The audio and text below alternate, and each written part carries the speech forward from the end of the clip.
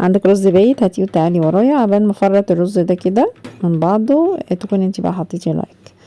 هنعمل ايه بالرز؟ هنعمل كشري، هنعمل كشري مصري من الرز الابيض البايت. هنجيب بقى شوية شعرية كده، نحمرهم في شوية زيت، ولو الشعرية حبة صغيرين بحط عليهم بقى شوية لسان عصفور برضو بحمرهم معاهم. تمام. بنزل بنص كوباية رز صغننة عشان ازود رز حبة، يعني الرز اللي عندي حبة صغيرين فهزوده شوية، فانا حاطة نص كوباية من بتاعة المية.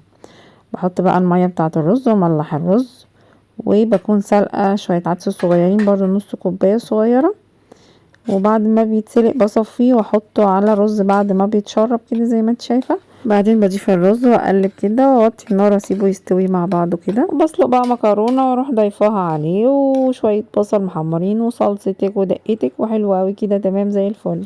لايك وشير، وبحبكم كتير كتير، والسلام عليكم.